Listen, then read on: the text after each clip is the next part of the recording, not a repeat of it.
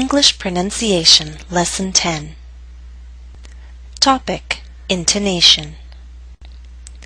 Part 4.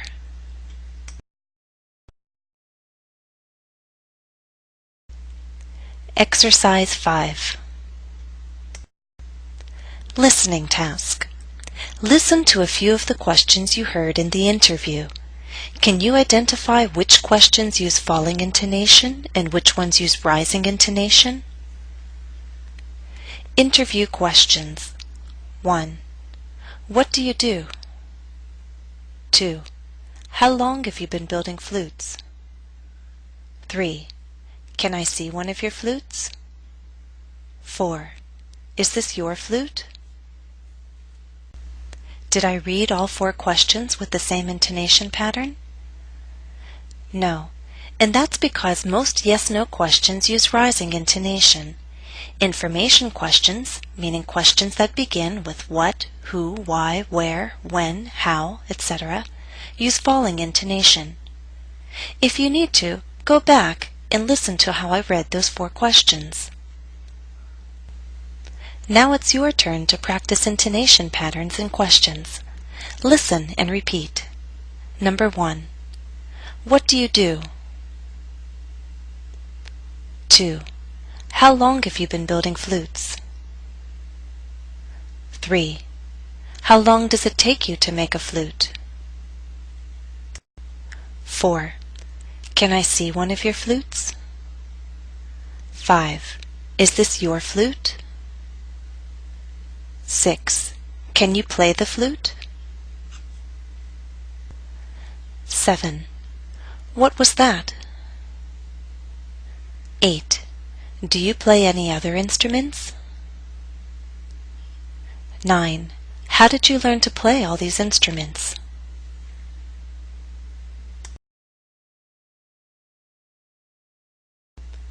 Exercise 6. Read the question. Decide if falling or rising intonation is needed. Finally, choose an answer and read it with the correct intonation. Example. I'll give you a moment to read the question on your own, and then I'll read it to provide a model. Do you play an instrument? You can answer choosing A or B. Both will be read with falling intonation. You can say, "No, I don't. I wish I did." Or, "Yes, I do. And tell me what you play." "I play the piano." Now you'll always use falling intonation in your answers unless you list items. If you list items, use rising intonation until you get to the last item in your list. For example, "Yes, I do. I play the flute, clarinet, and saxophone." Study tip. Do you have a study partner? If so, take turns asking the questions. Let's begin. Question 1. Again, I'll pause to give you a chance to read the question on your own. What kind of music do you like? Choose your answer and read with falling intonation.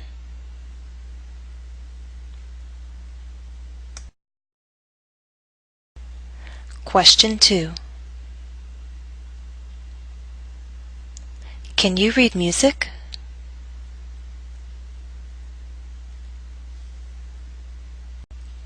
Question 3.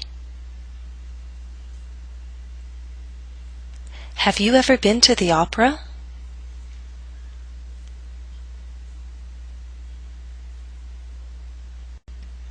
Question 4. How often do you listen to live music?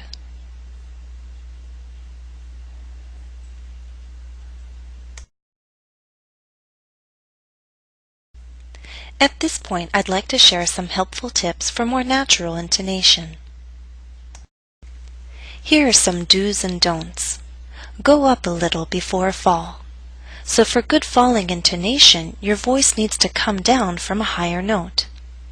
Also, go down a little before a rise. So for good rising intonation, your voice needs to come up from a lower note. Finally, start a statement at mid-pitch. Don't start too high or low. Let me demonstrate all of this through an example. I know several of my neighbors. Eric is the only musician among them. Are there any musicians in your neighborhood? The first sentence can be read as one thought group. Let's mark that. We're giving factual information. We're making a statement. So we'll use falling intonation. Our final content word is neighbors. Stress on the first syllable. Now our voice must go up before it goes down. So we'll rise on the stressed syllable and then step down to a lower pitch. Neighbors. Now in this sentence, we can't start too low or else you won't hear the falling intonation. If I start too low, it sounds like this. I know several of my neighbors. And now with that kind of intonation, not only can you not really hear falling intonation, it actually sounds like I'm bored. And if I start too high, it sounds unnatural. I know several of my neighbors. So you see that we actually have to begin our sentence at a mid-pitch. I know several of my neighbors. Understand? The second sentence will also read as one thought group.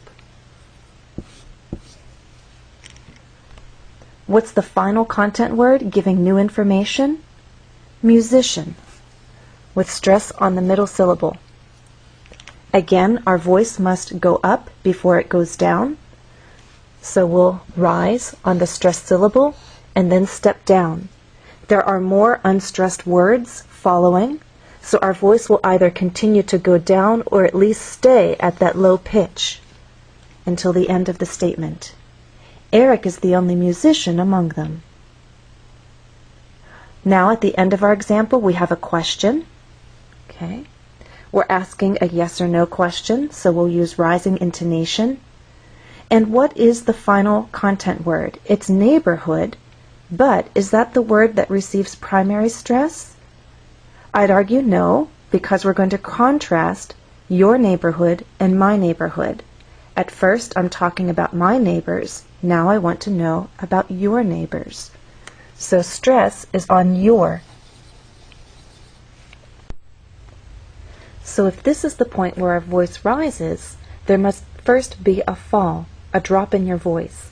Without that drop, the rise is too sharp. Listen. Are there any musicians in your neighborhood? It sounds unnatural. So first there's a little bit of a drop. We go up on your, and because we have more unstressed syllables following, our voice will continue to go up. So there's a bit of a drop, and then we continue to go up, up, up, up, until the end of the question. Are there any musicians in your neighborhood? Listen to the entire example now. I know several of my neighbors. Eric is the only musician among them. Are there any musicians in your neighborhood?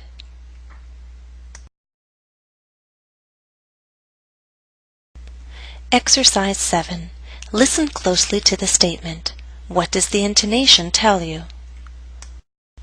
Examples. 1. This is jazz. Falling intonation tells you the speaker is certain. Now listen to example 2. This is jazz. Rising intonation tells you that the speaker is uncertain. Let's begin. Number 1. Ella Fitzgerald was a singer.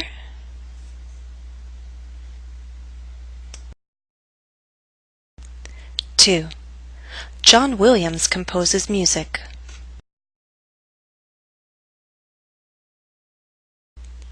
3. I like soft rock, folk music, jazz, classical.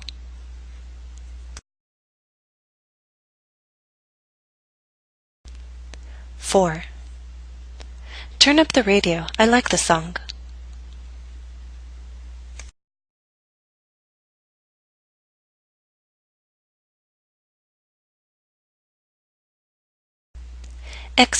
8. Listening task. Watch the final video clip. Observe the use of falling and rising intonation.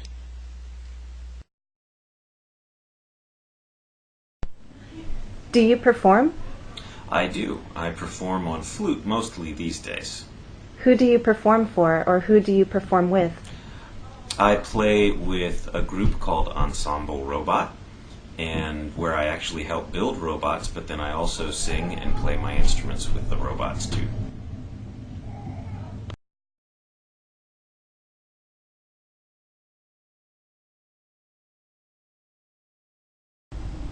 I hope to make additional lessons on intonation because there are more patterns to present and practice. But that's all for now, and I hope you found this lesson useful. Thank you for watching, and happy study.